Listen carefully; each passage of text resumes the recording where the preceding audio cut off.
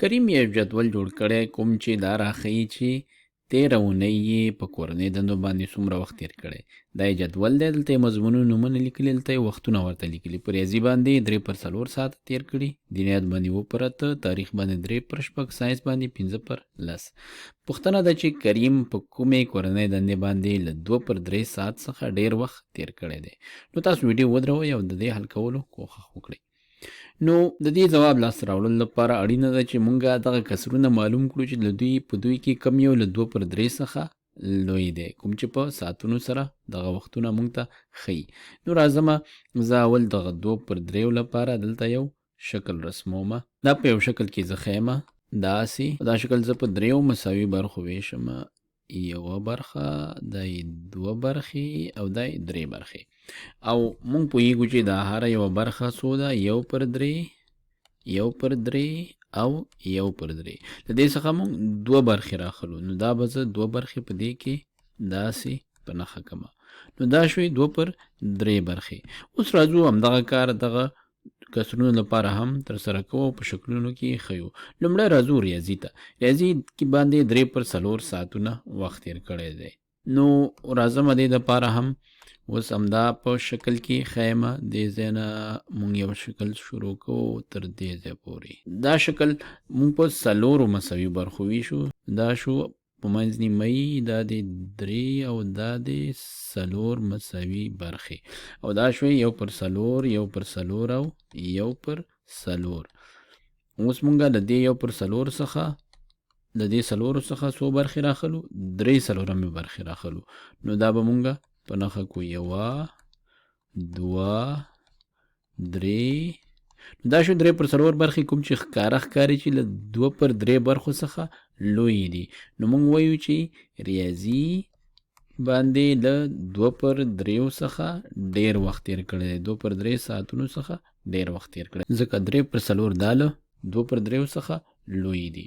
راځو دینیات ته. دلته یې 2/8 ساعته وخت تېر کړی دی. د لپاره هم مونږ شکل رسموو.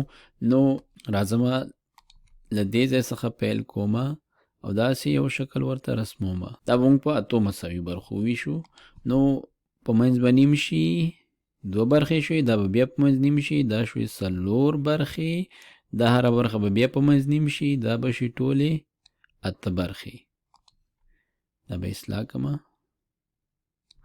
دا په منځ نیم شو، دا هم په منځ نیم شو، دا هم په منځ نیم شو او دا هم. نو له دې 8 څخه مونږ څو برخې اخلو؟ 2 برخې راخلو.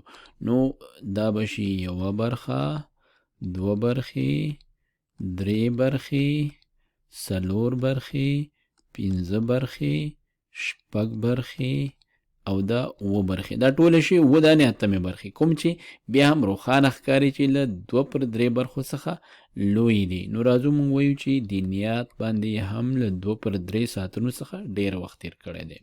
اوس راځو تاریخ ته. په تاریخ یې 3/6 ساعته وخت تېر کړی. دې لپاره هم راځو عین کار بیا تکرارو. دې لپاره به زه بیا داسې یو شکل رسم کړمه په دې ځای کې، او دا به زه په 6 برخو باندې وویشمه. یو ځل بیا مونږ سره دا تیار دلته 3 برخې شته. 3 برخې دې نه به اندازې راواخلو. دا 3 برخه او د دې نه داسې دا 3 برخه. دا به اوس بیا په 2 برخو هره یوه برخه وویشو، 1، 2 او 1 او 2. نو دا شوې 6 برخې. د دې څخه موږ څو برخې اخلو؟ 3 برخې. نو دا به په نښه کړو 1 برخه، 2 برخې او 3 برخې. نو دلته موږ ته شکل کې ښکاري چې دا 3/6 برخې دا له 2/3 برخو څخه کمې دي. نو موږ وایو چې تاریخ باندې له 2/3 ساعتونو څخه کم وخت تېر کړی. نو دا موږ نه په نښه کوو. راځو ساینس ته. دلته 15 ساعته وخت پې تېر کړی. دې دپاره هم زه راځم او شکل رسمومه. نو له دې ځای نه به بیا پیل وکړو داسې. اوس به دا په 10 برخو باندې وویشو.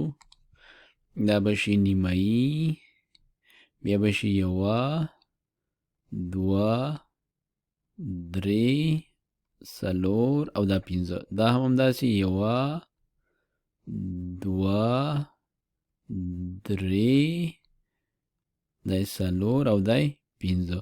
اوس په دې کې زمونږ څو برخې پکار دي؟ 15 برخې. نو راځو دې نه 15 برخې مونږ اخلو. دا 1، 2، 3، څلور پنځه. نو دلته موږ ته ښکاري چې 15 پر 10 همدومره شی دی لکه 3 پر شپږ چې و، او 3 پر شپږ له 2 پر 3 څخه کوچنی و. نو موږ وایو چې دا هم له دې 2 پر 3 څخه کم دی. نو ساینس هم موږ نه په نښه کوو. نو زموږ ځوابونه ریاضي او دینیات شو.